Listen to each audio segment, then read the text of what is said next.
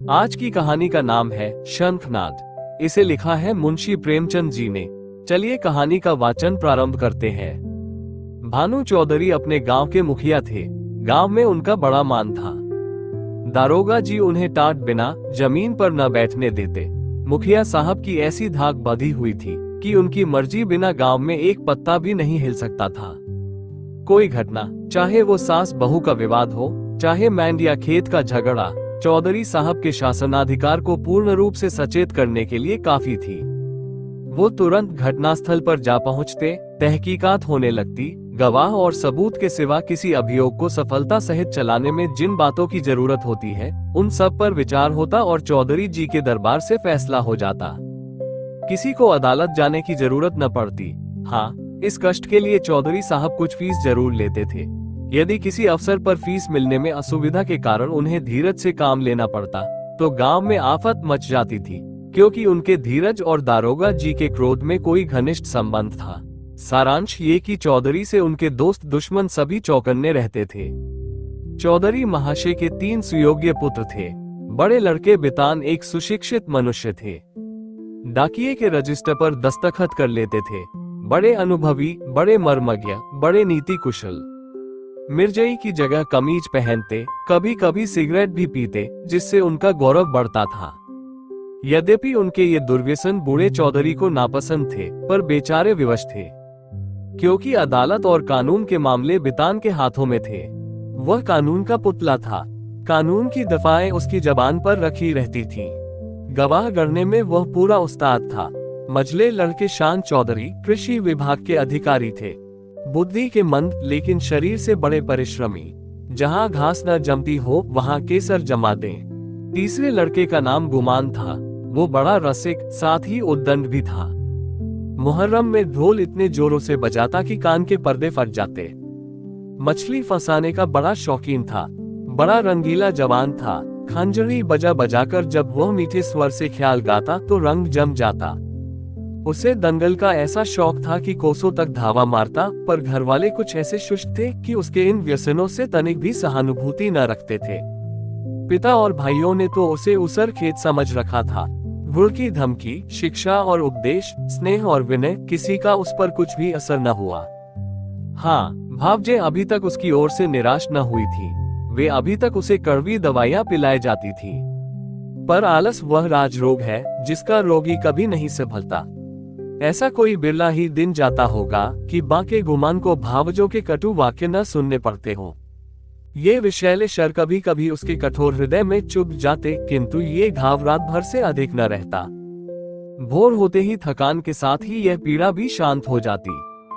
तड़का हुआ, उसने हाथ मुंह धोया, बंशी उठाई और तालाब की ओर चल खड़ा हुआ। भावजे फूलों की वर्षा किया करती।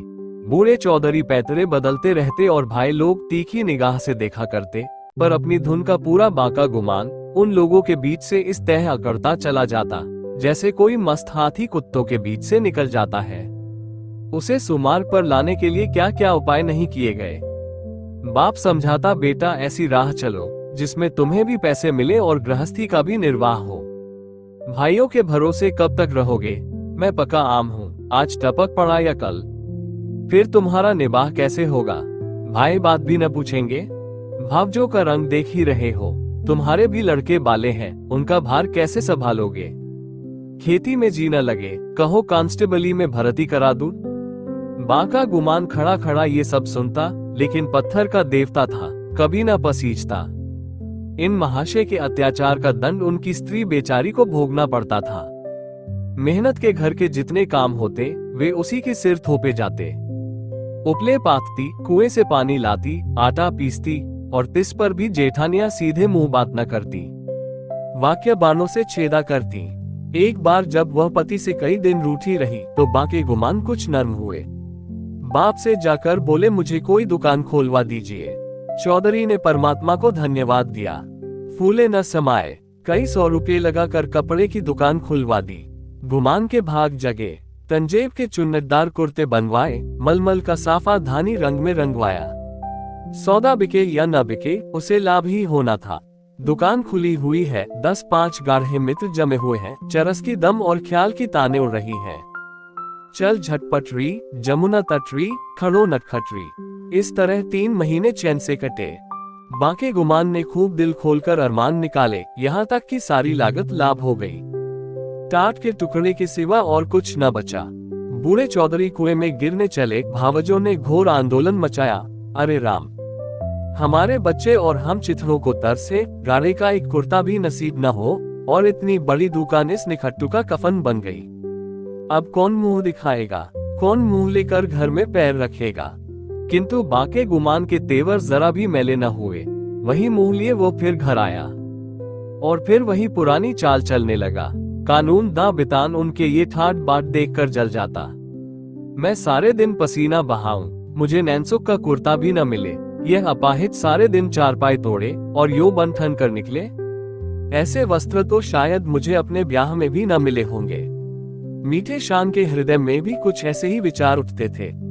अंत में ये जलन न सही गई और अग्नि भड़की तो एक दिन कानून दा बितान की पत्नी गुमान के सारे कपड़े उठा लाई और उन पर मिट्टी का तेल उनरेल कर आग लगा दी। ज्वाला उठी, सारे कपड़े देखते देखते जलकर राख हो गए। गुमान रोते थे, दोनों भाई खड़े तमाशा देखते थे। बूढ़े चौधरी ने ये दृश्य देखा और सिर पीट लिया। ये द्वेषाग्नि है, घर को जलाकर तब बुझेगी। ये ज्वाला तो थोड़ी देर में शांत हो गई, परंतु हृदय की आग ज्यों की त्यों दहकती रही। अंत में एक दिन बूढ़े चौधरी ने घर के सब मेंबरों को एकत्र किया और इस गूढ़ विषय पर विचार करने लगे कि बेड़ा कैसे पार हो। बितान से बोले, बेटा, तुमने आज देखा कि बात में सैकड़ों रुपयों पर पानी फिर गया। अब इस तरह निर्वाह होना असंभव है। तुम समझदार हो, मुकदमे मामले करते हो, कोई ऐसी राह निकालो कि घर डूबने से बचे। मैं तो यह चाहता था कि जब तक चोला रहे सबको समेटे रहूं, मगर भगवान के मन में कुछ और ही है। बितान की नीति कुशलता अपनी चतुर सहगामिनी के सामने लुप्त हो जाती थी। वो अभी उसका उत्तर सोच ही रहे थे कि श्रीमती जी बोल उठी, दादाजी, अब समझाने बुझाने से काम न चलेगा। सहते सहते हमारा कलेजा पक गया। बेटे की जितनी पीर बाप को होगी, भाइयों को उतनी क्या, उसकी आधी भी नहीं हो सकती।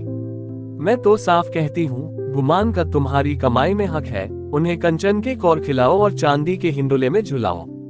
हम में न इतना बूता है, न इतना कलेजा। हम अपनी झोपड़ी अलग बना लेंगे। हाँ, जो कुछ हमारा हो वो हमको मिलना चाहिए।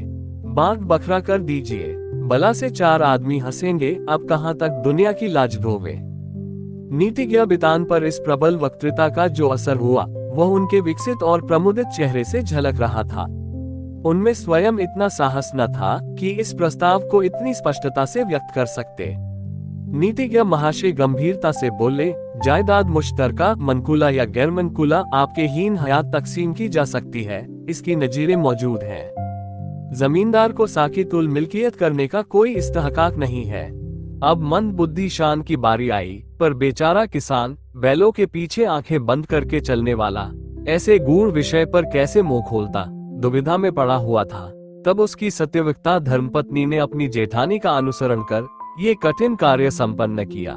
बोली, बड़ी बहन ने जो कुछ कहा, उसके सिवा और दूसरा उपाय नहीं।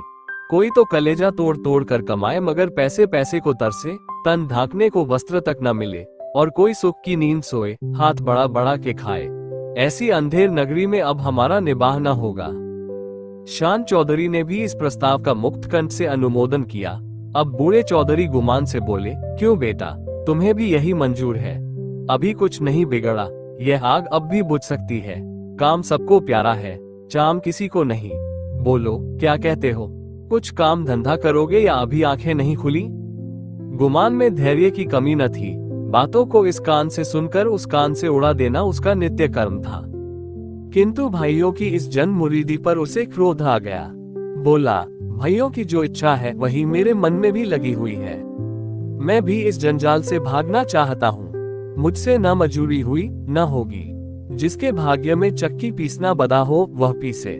मेरे भाग्य में चैन करना लिखा है, मैं क्यों अपना सिर ओखली में दूं? मैं तो किसी से काम करने को नहीं कहता। आप लोग क्यों मेरे पीछे पड़े हुए हैं? अपनी अपनी फिक्र कीजिए। मुझे आज सेर आटे की कमी नहीं है। इस तरह की सभाएं कितनी ही बार हो चुकी थी, परंतु इस देश की सामाजिक और राजनीतिक सभाओं की तरह इसमें भी कोई प्रयोजन सिद्ध नहीं होता था। 2-3 दिन गुमान ने घर पर खाना नहीं खाया। जतन सिंह ठाकुर शौकीन आदमी थे, उन्हीं की चौपाल में पड़ा रहता। अंत में बूढ़े चौधरी गए और मना के लाए। अब फिर वह पुरानी गाड़ी उड़ती, मचलती, खिलती चलने लगी। पांडे के घर के चूहों की तरह चौधरी के घर में बच्चे भी सयाने थे। उनके लिए घोड़े मिट्टी के घोड़े और नावें कागज की नावें थीं। फलों के विषय में उनका ज्ञान असीम था। गुलर और जंगली बेर के सिवा कोई ऐसा फल न था जिसे वे बीमारियों का घर न समझते हों, लेकिन गुरदीन के खोचे में ऐसा प्रबल आकर्षण था कि उसकी ललकार सुनते ही उनका सारा ज्ञान व्यर्थ हो जाता था। साधारण बच्चों की तरह यदि सोते भी हों तो चौंक पड़ते थे। गुरदीन उस गांव में साप्ताहिक फेरे लगाता था। उसके शुभागमन की प्रतीक्षा और आकांक्षा में कितने ही बालकों को बिना किंडरगार्टन की रंगीन गोलियों के ही संख्याएं और दिनों के नाम याद हो गए थे। गुरदीन बूढ़ा सा मैला कुचेला आदमी था, किंतु आसपास में उसका नाम उपद्रवी लड़कों के लिए हनुमान मंत्र से कम न था। उसकी आवाज सुनते ही उसके खोचे पर लड़कों का ऐसा धावा होता कि मक्खियों की असंख्य सेना को भी रणस्थल से भागना पड़ता था। और जहां बच्चों के लिए मिठाइयां थीं, वहां गुरदीन के पास माताओं के लिए इससे भी ज्यादा मीठी बातें थीं। माँ कितना ही मना करती रहे, बार बार पैसा न रहने का बहाना करे, पर गुरदीन चटपट मिठाइयों का दोना बच्चों के हाथ में रख ही देता और स्नेहपूर्ण भाव से कहता, बहू जी, पैसों की कोई चिंता न करो, फिर मिलते रहेंगे, कहीं भागे थोड़े ही जाते हैं। नारायण ने तुमको बच्चे दिए हैं तो मुझे भी उनकी न्योछावर मिल जाती है। उन्हीं की बदौलत मेरे बाल बच्चे भी जीते हैं। अभी क्या ईश्वर इनका मोर तो दिखावे, फिर देखना कैसा ठनगन करता हूँ। गुरदीन का ये व्यवहार चाहे वाणिज्य नियमों के प्रतिकूल ही क्यों न हो, चाहे 9 नगद सही 13 उधार नहीं वाली कहावत अनुभव सिद्ध ही क्यों न हो, किंतु मिष्टभाषी गुरदीन को कभी अपने इस व्यवहार पर पछताने या उसमें संशोधन करने की जरूरत नहीं हुई। मंगल का शुभ दिन था। बच्चे बड़ी बेचैनी से अपने दरवाजों पर खड़े गुरदीन की राह देख रहे थे। कई उत्साही लड़के पेड़ों पर चढ़ गए और कोई अनुराग से विवश होकर गांव के बाहर निकल गए थे। सूर्य भगवान अपना सुनहला थाल लिए पूरब से पश्चिम जा पहुंचे थे। इतने में ही गुरदीन आता हुआ दिखाई दिया। लड़कों ने दौड़कर उसका दामन पकड़ा और आपस में खींचातानी होने लगी। कोई कहता था मेरे घर चलो, कोई अपने घर का न्योता देता था। सबसे पहले भानु चौधरी का मकान पड़ा। गुरदीन ने अपना खोंचा उतार दिया। मिठाइयों की लूट शुरू हो गई। बालकों और स्त्रियों का ठट्ठ लग गया। हर्ष और विषाद, संतोष और लोभ, ईर्ष्या और क्षोभ, द्वेष और जलन की नाट्यशाला सज गई। कानून दां बितान की पत्नी अपने तीनों लड़कों को लिए हुए निकली। शान की पत्नी भी अपने दोनों लड़कों के साथ उपस्थित हुई। गुरदीन ने मीठी बातें करनी शुरू की। पैसे झोली में रखे, धेले की मिठाई दी और धेले का आशीर्वाद। लड़के दोने लिए उछलते कूदते घर में दाखिल हुए। अगर सारे गांव में कोई ऐसा बालक था जिसने गुरदीन की उदारता से लाभ उठाया हो, तो वह बांके गुमान का लड़का धान था। ये कठिन था कि बालक धान अपने भाइयों बहनों को हंस हंस और उछल उछल कर मिठाइयां खाते देखकर सब्र कर जाए। उस पर तुर्रा ये कि वे उसे मिठाइयां दिखा दिखा कर ललचाते और चिढ़ाते थे। बेचारा धान चीखता और अपनी माता का आंचल पकड़ पकड़ कर दरवाजे की तरफ खींचता था, पर वो अबला क्या करे, उसका हृदय बच्चे के लिए ऐंठ ऐंठ कर रह जाता था। उसके पास एक पैसा भी नहीं था। अपने दुर्भाग्य पर, जेठानियों की निष्ठुरता पर और सबसे ज्यादा अपने पति के निखट्टूपन पर कुड़ कुड़ कर रह जाती थी। अपना आदमी ऐसा निकम्मा न होता तो क्यों दूसरों का मुंह देखना पड़ता, क्यों दूसरों के धक्के खाने पड़ते। उसने धान को गोद में उठा लिया और प्यार से दिलासा देने लगी, बेटा रो मत, अब की गुरदीन आवेगा तो तुम्हें बहुत सी मिठाई ले दूंगी।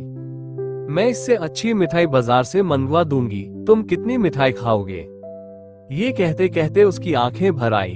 आह, यह मनहूस मंगल आज ही फिर आवेगा और फिर यही बहाने करने पड़ेंगे। हाय, अपना प्यारा बच्चा धेले की मिठाई को तरसे और घर में किसी का पत्थर सा कलेजा ना पसीजे। वो बेचारी तो इन चिंताओं में डूबी हुई थी और धान किसी तरह चुप ही न होता था। जब कुछ वश न चला तो माँ की गोद से जमीन पर उतरकर लौटने लगा और रो रो कर दुनिया सिर पर उठा ली। माँ ने बहुत बहलाया फुसलाया, यहाँ तक कि उसे बच्चे के इस हठ पर क्रोध भी आ गया।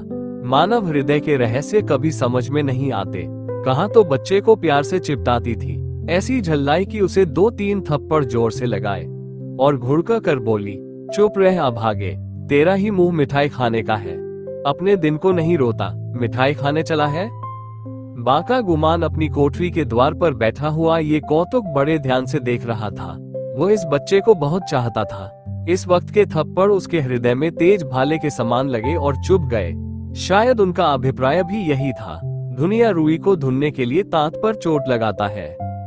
जिस तरह पत्थर और पानी में आग छिपी रहती है, उसी तरह मनुष्य के हृदय में भी, चाहे वह कैसा ही क्रूर और कठोर क्यों न हो, उत्कृष्ट और कोमल भाव छिपे रहते हैं। गुमान की आंखें भर आई। आंसू की बूंदें बहुधा हमारे हृदय की मलिनता को उज्जवल कर देती है। गुमान सचेत हो गया। उसने जाकर बच्चे को गोद में उठा लिया और अपनी पत्नी से करुणोत्पादक स्वर में बोला, बच्चे पर इतना क्रोध क्यों करती हो? तुम्हारा दोषी मैं हूँ। मुझको जो दंड चाहो दो। परमात्मा ने चाहा तो कल से लोग इस घर में मेरा और मेरे बाल बच्चों का भी आदर करेंगे। तुमने आज मुझे सदा के लिए इस तरह जगा दिया, मानो मेरे कानों में शंखनाद कर मुझे कर्म पथ में प्रवेश का उपदेश दिया हो। आज की कहानी समाप्त हुई। ऐसी ही स्टोरीज के लिए वीडियो को लाइक, शेयर और चैनल को सब्सक्राइब जरूर करें। धन्यवाद। जय हिंद।